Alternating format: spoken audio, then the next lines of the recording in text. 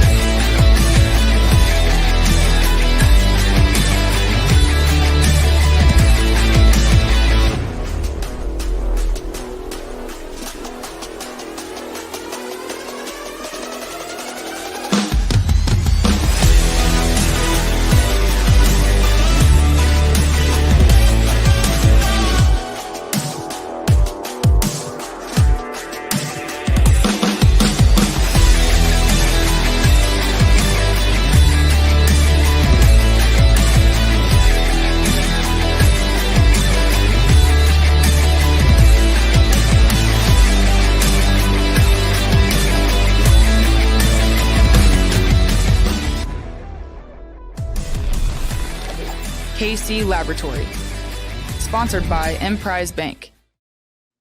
It's the KC Laboratory Live, presented by Emprise Bank. With Emprise, you can check your balances as fast as you check the scores.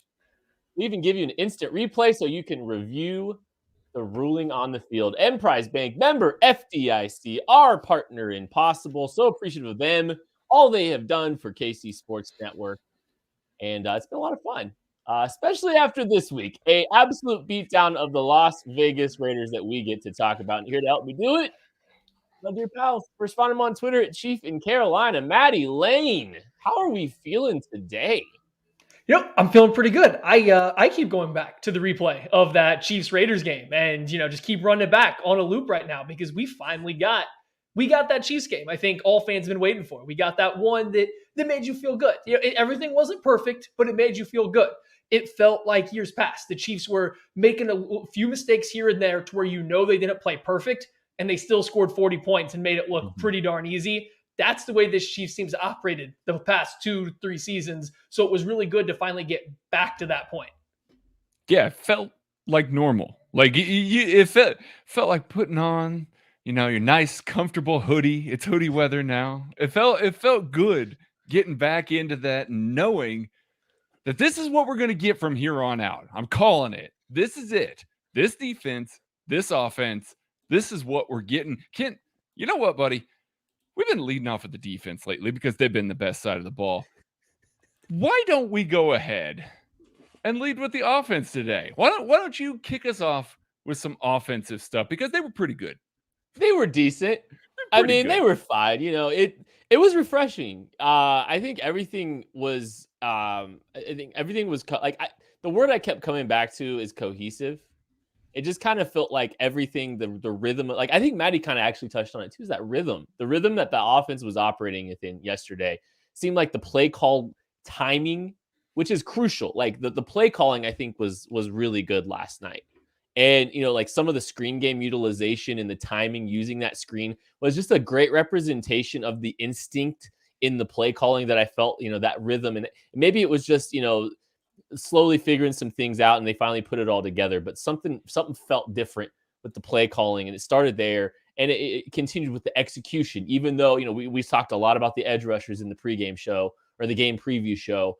The edge rushers, they weren't really a factor. Did Max Crosby play? I can't remember. Oh, that's right. He did get that personal foul penalty. Forgot about that. Okay, now hold on. We got to take a step back. Max Crosby was working the Chiefs' offensive line that first half. He was giving them the business. I'm running my mouth. I don't care. You think it matters in a rivalry game?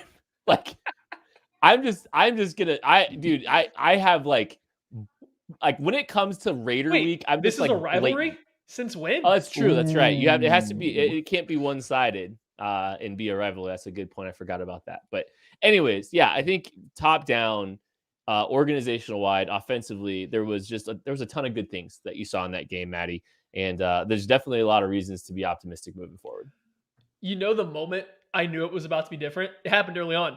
Travis Kelce caught a pass. He got up, he celebrated, he's dancing. You could just tell that he felt different. He felt looser from that very first drive. Like right away, he looked like he was feeling a little bit looser. And I know Travis Kelce gets a lot of praise because he's a good player, but he really is essentially the veteran leader of kind of this offense. Like he's been there the longest. He is the guy they look to him for a lot of stuff. So seeing him going out there being frustrated, being wound up tight with the kind of coverage that he sees, some of the stuff that's happening, I'm sure does have a little bit of an impact on the team. So seeing him come out being just that loose and that kind of hyped up to start, you knew it was going to be a little bit different. And then, the Chiefs got a bone from Gus Bradley and the Raiders. Like he said, hey, I know what's been stopping you all year, so I'm going to do the opposite. Like you won't be thinking this move's coming. So I'm just going to do the exact opposite of everything that stopped you. But it didn't matter.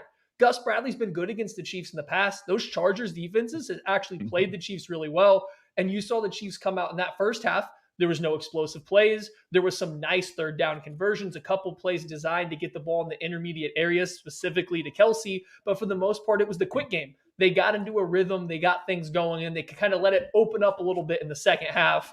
Once they got, they were feeling it. The Chiefs offense themselves were feeling it. And that's when they really started to push the ball downfield. But yeah, I agree with Kent. They started that game out with a plan, and they executed it really, really well. And I think that put some pressure on the Raiders defense to try changing things up. And it just got everybody on the same page for the first time since week 3. Yeah. And it does help when the defense that you're playing plays the coverage that they've shown on film, and you can design a game plan to attack that coverage. Yes, I know that we all knew that they were probably going to see a lot of too high stuff with every other team, but this was the one that you kind of looked at and it's like, is Gus stubborn enough to? And sure enough, and as I said in the pregame podcast, the flats and the seams, that's where you need to attack. Guess where the Chiefs attack? The flats and the seams, especially off of play action, really sucking those linebackers up. And you got Travis Kelsey into some space in the middle of the field. You saw countless times where the ball would go over the middle of the field. Travis Kelsey would catch it, turn around, and there's nobody around him. That's awesome. That's the kind of defense that I want every team to play against the Kansas City Chiefs. This soft shell cover 3 to keep a lid on things, open up the middle of the field. That definitely got the mojo for the Chiefs going. Yes, there are going to be other defenses. Yes, there are going to be different looks that we're going to see, but this offense needed a get-right game, a confidence-building game, a restoring the mojo kind of game, and this was absolutely that. It doesn't matter that Gus Bradley lived in cover 3. It doesn't matter that that's not the way that you've stopped the Chiefs so far this year. What matters is execution. We all know, watching this offense, how poor the execution has been at times this year. And frankly, it was significantly better than what we've seen. Couple deep shot misses, that's fine. I remember those from the old days with Patrick as well. But the execution of the game plan was phenomenal. So that's the part that really has me excited about what this offense can do going forward, even if they're seeing the defense that has been their kryptonite so far this season.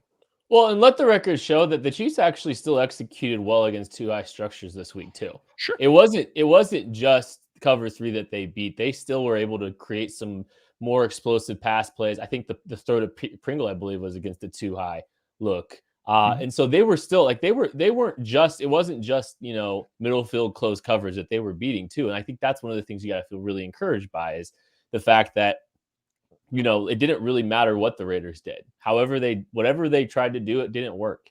And, you heard some of the quotes from the Chiefs after the game. It's, we should have put up more, and they're probably right. And if they had they let up, they pulled up a little bit at the end of the game too. Chad Henne got in, for crying out loud.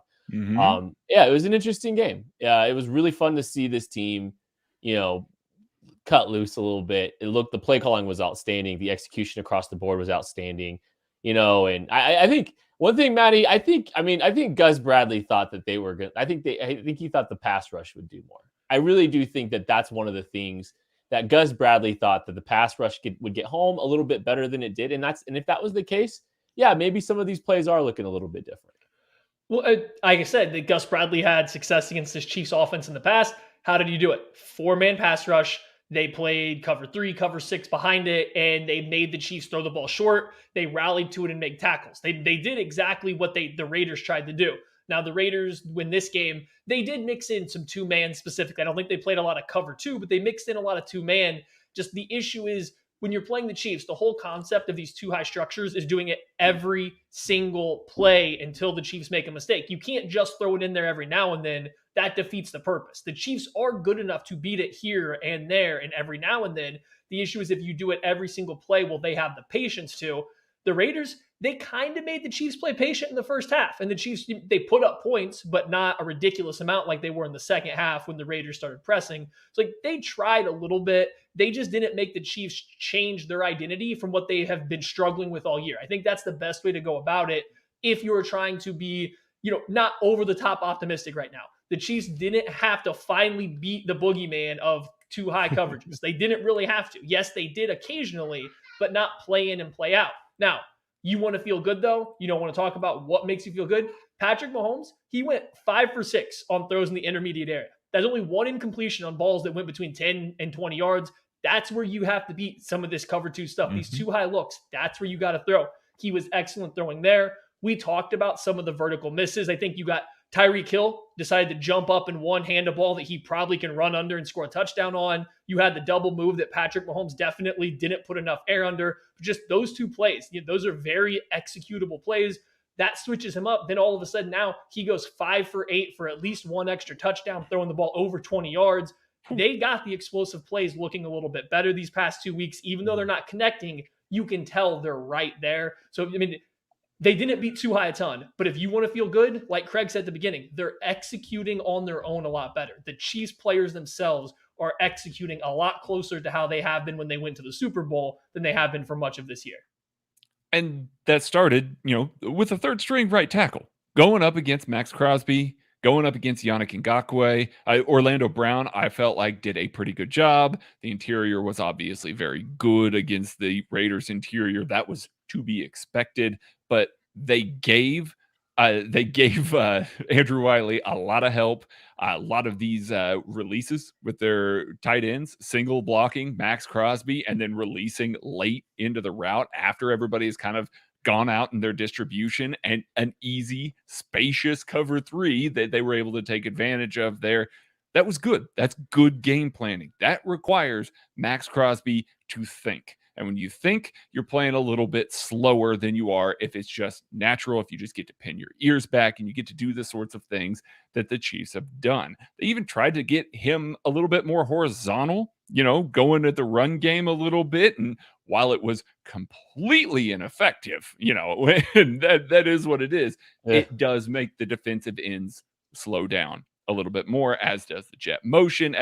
There's lots of things that they threw at those defensive ends to make them play just a little bit slower. And that was kind of the difference in what the Raiders have been able to do, where they're able to just kind of pin back and go, knowing that they've got the coverage behind it and they can just rush the passer. The Chiefs threw a lot at these guys, even on third downs. They threw a lot at these guys, and they were able to protect long enough for Patrick Mahomes to find an open man to make things happen. So game plan, execution, phenomenal. It wasn't just Mahomes completing a left-handed pass that made me think some things were a little bit different this week, but you're talking about, the tight end standing a little bit and helping and getting out late. I think about the sprint out. I think it was some kind of rollout play with Mahomes and Travis Kelce kind of was kind of trying to stay with Max Crosby, and Mahomes and Kelce kind of connected, and they just dumped a little pass off, a little leak almost with Travis Kelce. After, he was one-on-one with Crosby trying to turn a corner and keep him, give Mahomes the edge. I think about that creativity, that chemistry that was there, and that hasn't necessarily manifested itself the same way we've seen in the last few weeks. The level of comfort and confidence and chemistry, there's those 3 C's, I guess, that you saw in a play like that. Those are some of the little moments too that, that gets me excited to see what this group is kind of doing there. Because some of that stuff's been lacking a little bit. They've been off.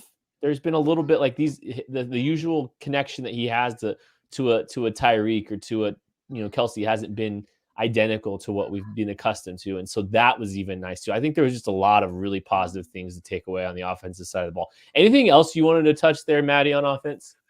The big thing is another thing, a lot of play action. There was a lot of play action in this game from the Chiefs, like a lot of true play action. The Chiefs usually live out of RPO look, so sometimes it will kind of play out like play action occasionally, not often, but occasionally. That's not the case. The Chiefs ran, I think, 15 pure play action passes for Patrick Mahomes. I think that was good. That was a good touch. They took a couple shots off of them versus the Green Bay Packers and the New York Giants these past couple weeks. They tried a few more against the Raiders. You got the fake pitch on the Byron Pringle touchdown, so like that should count as a play action play. Like they were getting into some of these deeper looks by throwing the play action looks out there, and it was clearly having some level of effect. Look at Noah Gray's touchdown and just like how that did bring some of these guys forward. So it was effective. The Chiefs still can't run the ball. They had 7 runs that went outside of the offensive tackles for a total of 14 yards. I don't know why they keep trying this. Well, they were trying to run outside zone with Darrell Williams, and that was part of the problem. That really took it down. I'm not saying it's entirely the problem, but like everybody and their mom kept saying, "What are we doing here?" Well, it was coming up next. 7 runs for 14 yards, and I believe Derek Gore had a 6-yard run on an outside zone. So like he had 6 of those 14 yards on his one outside zone runs. Like it's just wild that they keep trying it. And like they were really trying to stretch this Raiders defense out, which I get a little bit. Like in this matchup, it does make sense. It's just they can't run the ball, but the play action pass game came back. So that was nice to see because that's something the Chiefs had been pretty good at in years past, especially when they were trying to push the ball downfield. Doing this now, especially when teams get back in these too high structure, that will allow you to isolate Tyreek Hill, Travis Kelce a little bit more for these vertical shots if you can continue to hammer this kind of success off the play action pass.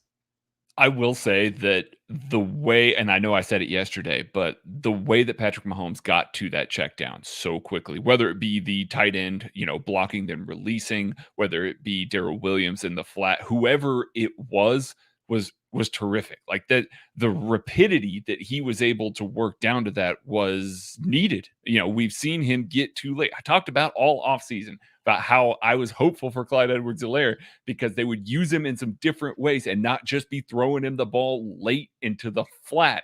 And to start the season, they were throwing the ball late into the flat. So over the past couple of weeks, we've seen a lot quicker progression down there, a lot more concentrated effort to get down there, especially since there's 2 high safeties, a lot of collapsing and trying to make a play, a one-on-one play from the defense.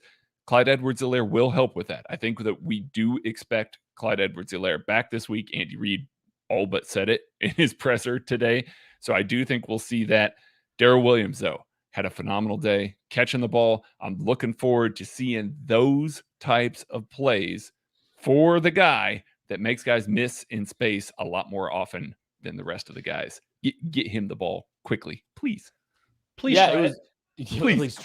The work Mahomes looked more prepared mechanically, and I know that's been a word that's been thrown around a lot, and I'm not trying to like get too far into that, but he looked more prepared to throw the ball into his body looked more prepared to get the ball into the flat, and he looked like he was a little bit more controlled trying to get the ball to the flat, very intentional about just putting a little bit more attention to getting his base. It's all relative because it's not Alex Smith where he's like, I must go here, I must turn here, my feet must go here. But it's a lot. He was just really intent on his body was in a good position to work down to the running backs, and it helped. I think it helped a lot. I think overall, the feet were patient in the pocket too. Like it seemed just more to go to your point. It seems very in control this week, despite having an excellent pass rush that they were facing. Well, and I guess we talked a little bit about it. I think we should give it a little bit more of a nod. These offensive tackles, now it was Andrew Wiley who was, playing as a third string right tackle, but this offensive line and Patrick Mahomes really are starting to gel together a lot better. You can tell that Mahomes looks more comfortable in the back of the pocket. He feels comfortable that Orlando Brown, and when he's had Mike Rimmers or Lucas Niang these past couple weeks, even with Wiley, he feels comfortable kind of sitting back there, floating around towards the back into that pocket and then stepping up when he needs to. You can just kind of tell it's all starting to come together for that group. Orlando Brown, huge turnaround from early this year. He was really struggling to run with guys up the arc to start this year. And I don't think that's necessarily a bad thing to say, but he really was struggling, not to play good, but just to run guys up the arc. All of a sudden, these past couple of weeks, he's doing a really good job. He's sticking on guys. He's finally being able to use that length to push guys around the pocket when it needs to be done. So, a round of applause for those guys and Mahomes, because that little unit is kind of starting to work really well together. And I think that's going to make a big difference kind of going forward. We talked from a narrative perspective about the fist pump at the end of the Packers game as being a moment that helped, some confidence, some swagger comes back. And it sounds like, even with Mahomes, some of the conversations after the game were getting your swagger back and a mantra throughout the week, memeing it up and credit Shane Buechele. who is worth every Ross practice squad protection all season, if sharing that meme with Patrick Mahomes was enough to get the mojo back. I don't think That's why he was protected all year. yes. That's been Yeah. why. Okay, cool, awesome. I'm in. That's fine. CMO, chief meme officer. So yeah, no, it was good to see the confidence comes back, and it was a really, really, really good performance across the board, and definitely things seem more cohesive than they ever have. The big test is this upcoming week, and that's kind of why I said that. As big of a hole as this team dug themselves in, and partially personally, like how I felt was a hashtag no loss November meant, that's 4 wins against teams that you are capable of beating, that you haven't beat to this point in the season. I needed to see a lot. I needed to see consistent performance, and this was a big win. This was the biggest win of the month, I think. Biggest representation of progress. Oh yeah, biggest representation of progress for this football team. But now you're about to play the, I believe, number 1 seed currently in the NFC, a much better team, and a much better team. Mm-hmm. This is a massive litmus test, and they need to not fail one of these tests. And so all this stuff has been really awesome to see offensively, but they got to go out and do it against another very good team with a good pass rush, some playmakers in the back end of that defense. This is going to be a massive game. I cannot wait to see the Chiefs against a big test on Sunday, especially since, this is the last game before the bye week. So this is huge. This could really propel the rest of the season if they pull this game out. All right, I think it's time to talk about defense. We've held Craig off as long as we could. I understood. Listen, you got to get your moment in the sun sometime this year. It's so few and far between with this offense, and so I think it's time to talk about that defense. We could just Craig. skip forward, just do the Dallas Cowboys game preview right now, and just skip the defense. We know that they were good, right? Like, they were awesome. And that's going to do it for the KC. No. Let's talk about them. And you know what, Craig, I just want to know where you want to start with the defensive side of the football. Like, where do you want to, try to boil it down to one talking point we need to go over? Like, if you're going to highlight one, just start there. Oh man. Wow. This secondary has really stepped it up in the past 3 weeks. Like, really, really, really stepped it. Basically, since they settled on Charvarius Ward, L'Jarius Sneed, and Rashad Fenton as their 3 rotational cornerbacks, they have been terrific. And I've been talking about it the past couple weeks. This kind of showed you why. Now, again, the Raiders don't have the best weapons in the world, but now all of a sudden you saw situations where they tried to get Darren Waller matched up with a safety, with Tyrann Mathieu, a guy that's smaller than Darren Waller and doesn't have the same straight line speed. And it didn't matter. Tyrann Mathieu was all over him like a blanket and played a pass breakup phenomenally, was blanketing him throughout the game. Juan Thornhill was as well. Both of those guys did an excellent job on Darren Waller. That is the piece that Derek Carr needs to go to repeatedly. When you see him in his best games, he's getting in a rhythm. He's hitting Darren Waller, much like, Patrick Mahomes, Travis Kelce. It's not uncommon. So for them to be able to take him away the way that they did, of course, this offense sputtered without him, sputtered without a true deep threat. And the only real deep pass that they hit, other than the Bryan Edwards one, which we can talk about later, was a deep one to Deshaun Jackson where Tyrann Mathieu almost picked it off. And then here's Rashad Fenton punching it out, Tyrann Mathieu coming up with a fumble. You got to see lots of impact plays from the secondary, and you're seeing more and more of them. It's not just L'Jarius Sneed. Now you're seeing Rashad Fenton a lot more. You're seeing Charvarius Ward, maybe not as much this past week, but in the previous couple weeks, Charvarius Ward really coming into his own as well. Listen, this secondary coming together couldn't happen at a better time. So I just really, this was a highlight for me, getting to watch them make splash plays. Not just the consistent stuff that we've seen, but the splash plays over and over in this game. It feels like the Chiefs secondary has kind of gotten back to what they do well. They've started playing a lot more two high safeties. Now, they rotate them around a lot, pre and post snap, but they're starting to get back more into a lot more of these 2-man looks and this cover 4 stuff which allows them to protect these outside corners a little bit. And I'm not taking anything away from Rashad Fitton and Charvarius Ward, who have been playing really well this year, especially these past few games, but they are getting a lot of help. And that's something the Chiefs weren't doing early in the year for some of these other guys, like a Mike Hughes when he was struggling, Ward when he wasn't playing as well earlier this year. These guys were getting put out on islands a lot more often. You saw teams essentially trying to do what the Tampa Bay Buccaneers did in the Super Bowl and just testing these guys one-on-one. It wasn't working. Spags goes back to the drawing board and said, hey, in years past when these guys were playing well, this is what we were doing. Let's try it again. And lo and behold, it's working again. Now you have teams that are not really trying to test these outside corners, very much on the outside again. They're trying to throw everything in between the numbers, which, yeah, the Chiefs have a weakness there still at linebacker and coverage, but that means you're throwing the ball to Juan Thornhill, to Tyrann Mathieu, to Dan Sorensen, who comes up with an interception. Like, you're throwing the ball back into the middle of this Chiefs defense where that's where all the guys that make the plays are sitting at. So like, this is just essentially the Chiefs getting back, just like they have offensively, getting back to what they've done well in the past. And unfortunately, it took 5, 6, 7 weeks to get there, but they got back there now. Like, and that means everyone's starting to play really well. I think L'Jarius Sneed's playing as good as he has all year right now. These last few weeks, he's been great.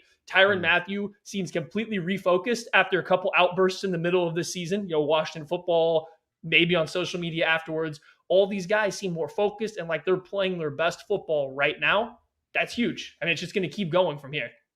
Yeah, and I think, we talked about cohesion on the offensive side of the football, and I think the marriage of coverage improving, and like this is absent of pass rush. I think the coverage undoubtedly has improved. Like every speaking point you guys just presented, but I think the cohesion between the pass rush really coming along this last month and really being able to generate pressure has afforded, some opportunities to the secondary to make some plays. And I think that was true this week, not entirely just them, but I think this is where, you see the marriage of pass rush and coverage both playing well together. And that's definitely the case here.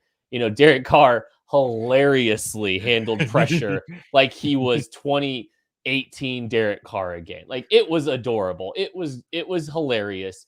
You could see his eyes on the broadcast view, the high, wide broadcast view on that first interception or that near interception where he just threw up a 500 ball, just backpedaling and like most unathletic attempt to try to navigate pressure and make a play on a third down. Just, chef's kiss. It was so good. It was hilarious. But you saw, that the opportunity for like a Dan Sorensen to make that play came from, a really good pass rush. And there's a ton of dudes up front that are really starting to put things together. And it's starting to kind of look and shape out like the defensive line that we all kind of expected to see at the beginning of the year, Craig. Yeah. I mean, yeah, as we all expected, Derek Nottie, pass rush specialist this week. My man had a couple pressures in a sack. He got held. Yeah, he got held. You put some respect on that man's name. No, Jaron Reed, this is by far his best game as a Chief.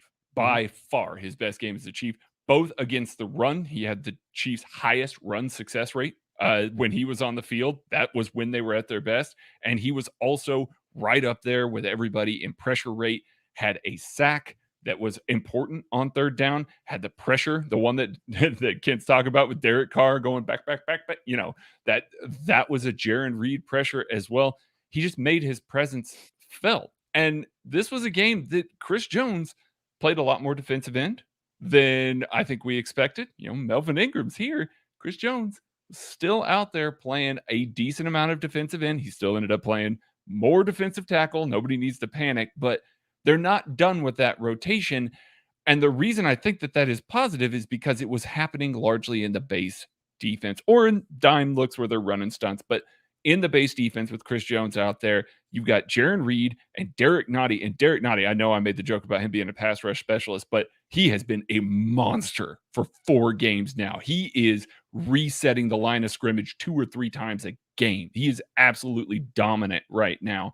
So those two guys coming into their own in the interior, that is what Kent's talking about with the defensive line playing as well as they are. Those are the guys that we expected. That's the run stuffing ability on the interior that gets them to these third and longs that we saw this week that the Chiefs had once again -3 total yards allowed because they were allowed to rush the passer. They were just allowed to get to those sorts of things. It's a meld of everything. So that defensive line playing as well as they have for the past couple of weeks is great. It is. And this is something that Craig and I had kind of talked about off, podcast, and we weren't talking about stuff. And I think live, we didn't know what this defensive line was doing to start the year. It looked like they were trying to play with a little bit different technique from time to time, specifically zeroing on Derek Nottie, who has been one of the best run defenders in the entire NFL these past few years.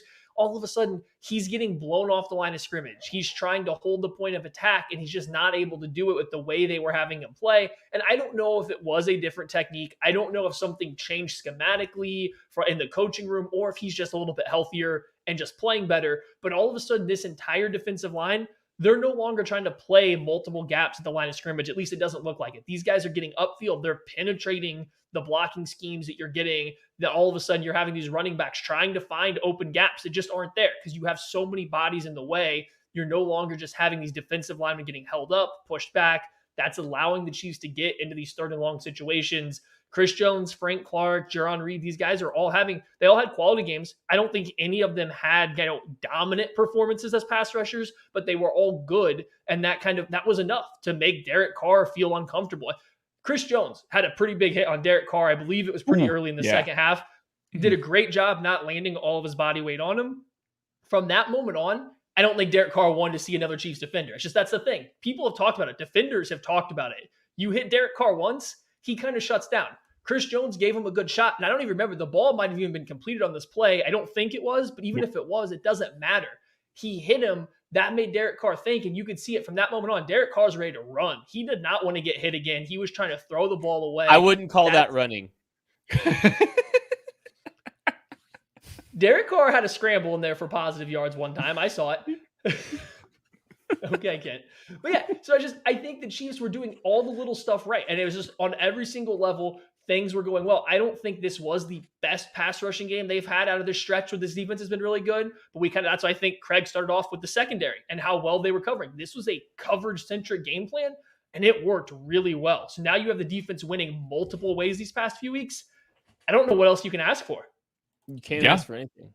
You can't. Yeah, you can't. I mean, you even saw Chris Jones there, swatting back-to-back passes and just completely Dikembe Mutomboing Derek Carr there. Derek Carr wanted nothing to do with Chris Jones. Chris Jones just standing there, seeing it coming in, swatting it away, just like you would be if you were a franchisee of Macadoodles with all the other liquor stores in Kansas City. You just be swatting them away because guess what? They don't compare to you. You're better than them if you own a Macadoodles. You need to get a Macadoodles in Kansas City because of the prices, because of the customer service, and because of the selection.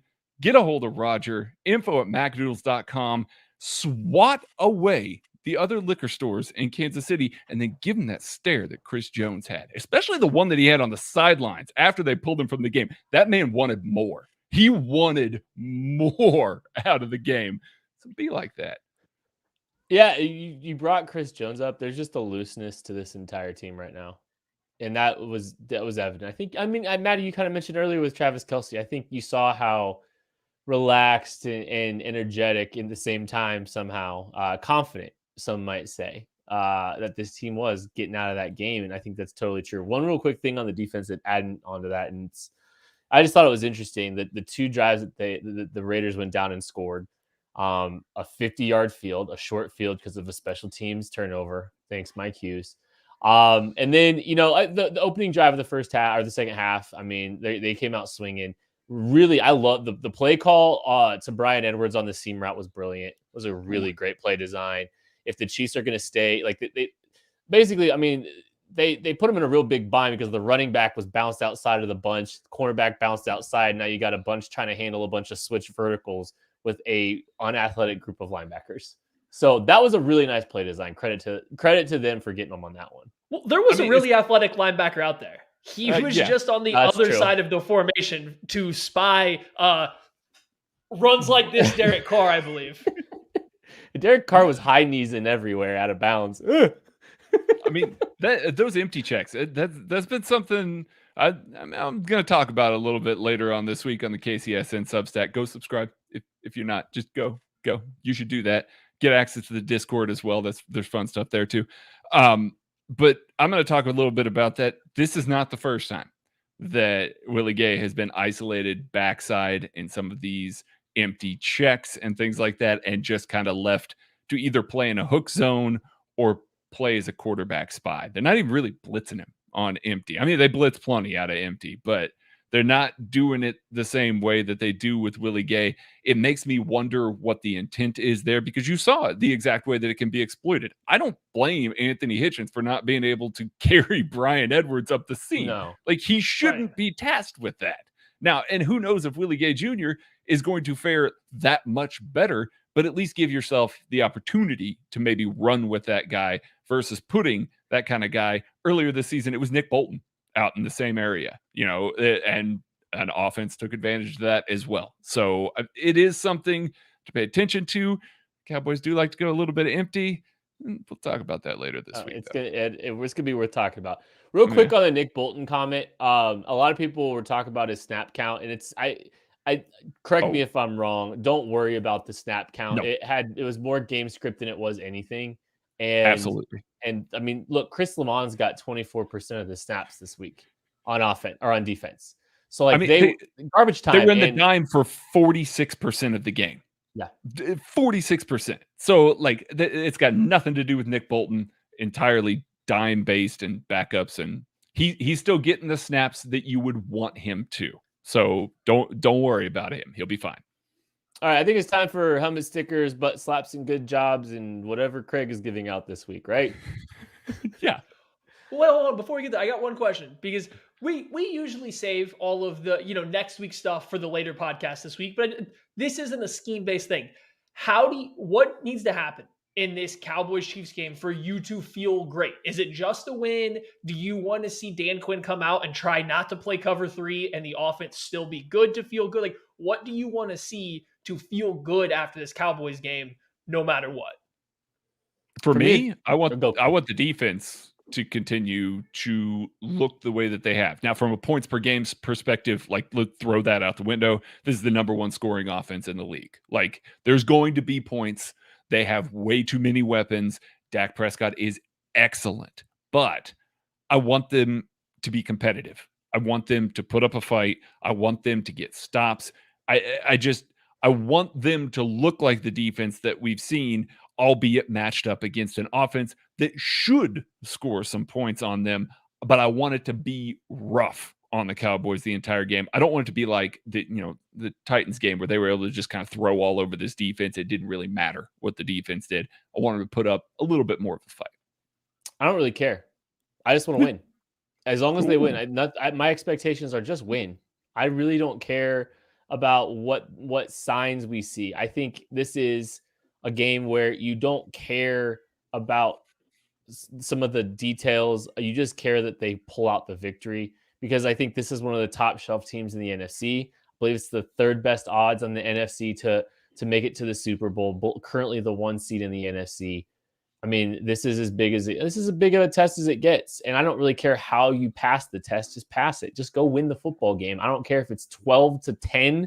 I don't care if Mahomes has to complete all of his passes left-handed. I don't care. Like, I really don't care. I just want a victory. And this is a big game. And I'll go back to being an insufferable Chiefs fan more than I am. If they go out and win this game, we'll be puffing our chests and we'll be talking about our Super Bowl odds. Man, the kid is really committed to no loss November here. He just doesn't care how it happens. I think that's almost the right way to go about this game. And I think I'm going to approach it from kind of the opposite side of Kent. I think if you lose this game to the Cowboys, you'll have lost to the one good team you played in November for your no-loss November. I get it. Sure. The Packers are good, but they were missing everybody. So if you beat Jordan Love and no Kenny Clark, no Zadarius Smith, no Jair Alexander Packers, and you beat the Giants and you beat the Raiders team that is clearly spiraling downward right now, like, what did you actually accomplish in terms of moving towards a Super Bowl win? Not just a playoff berth or winning the AFC West, which is still an accomplishment. Like, don't get me wrong, I'm not trying to play that down, but we're kind of at this point as a fan base where we want the Super Bowl, not our bust, but it's, we're thinking it's a Super Bowl competing team. If you come out and all of a sudden lose to the Cowboys after what's happened the rest of this year, it kind of makes these last 3 losses not feel empty, but you just kind of, your hopes get shattered just a little bit again because you're still only beating bad teams, losing to the good teams. Like I'm with Kent. Just give me a win. I don't care how it happens. But boy, I would sure love it if the Cowboys came out and tried not to play cover 3 just to see if this offense really did figure it out. Like come out, it's a cover 3 team. It's a middle field closed coverage team. If they come out and don't do that, then they might not run it very well if they do. Too high stuff, that is. But if they come out and try too high and still get torched, I might be more insufferable than Ken at that point in time. All right. So Maddie butt slaps, good jobs, game stickers, and beers. Is that what it is? Is that what it is, or you want to set it up? Or no? You know what? You're gonna figure this out Super Bowl week, buddy. That's when you're gonna figure out what it is. I forget every week. Kent, who would you like to give a helmet sticker to for their performance against the Las Vegas Raiders last night? I would like to give it to Darrell the Barrel Williams for his 100-yard receiving performance, most specifically for embarrassing and mossing Jonathan Abram, the somehow best first-round pick of the Mayock era, who cared more about trying to get attention on Hard Knocks than being good at football. And that is shown for the entirety of his career. He's fake good. He's a drama queen. And I really don't appreciate him. And it's really fun to watch him get bopped. Does anybody think he's good? Like, is he even fake good? John Abram thinks he's good. And John Abram's very wrong. This is true. So we're giving a butt slap to L'Jarius Sneed. We haven't really talked about him this entire podcast, and I think he kind of set the tone for the defense and arguably the whole team at the beginning of the game. Raiders kept challenging him in the open field. I actually believe he gave up 100% completion percentage to guys that were credited in his zone or his coverage by PFF, but it was for like 5 catches for like 20 yards. Like they weren't going anywhere when they were trying to target him because he was tackling everybody in the open field. I think he had some really good plays in coverage as well. So I just think he kind of set the tone early that this was what the Chiefs defense was going to be about this game. And I think they kind of built on it from there. The Raiders realized they can't throw 3-yard passes to Hunter Renfrow and hope him to shake L'Jarius Sneed in space or whoever it's going to be. Big performance out of him. Like I said, he's playing as good as he has all year at this point in time. He's now starting to play like that cornerback 1 talk we were giving him in the offseason. It just took him a few weeks to ramp up to it. All right. I got a whole ass bottle of vodka back there for Travis Kelce. My man has needed a game like this. I don't care what they were playing against him. He needed this. And you saw the way that how emotional, how into everything it was in that post-game interview.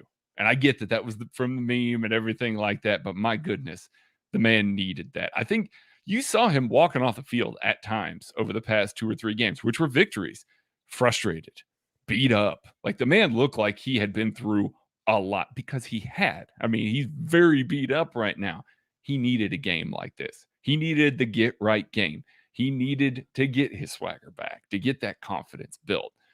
I am looking forward to seeing the Travis Kelce that comes out this week, because the Travis Kelce that's going to come out this week against the Cowboys is almost certainly going to be better than the Travis Kelce that we saw the previous 2 weeks prior to this Raiders game, just because he's going to be playing with confidence. He's going to be playing strong. He's going to feel like he can play like a superhuman being again, knowing especially that he's got the bye week right around the corner, so he can put it all out there. So I'm really looking forward to that. So whole ass bottle of vodka for Travis Kelce.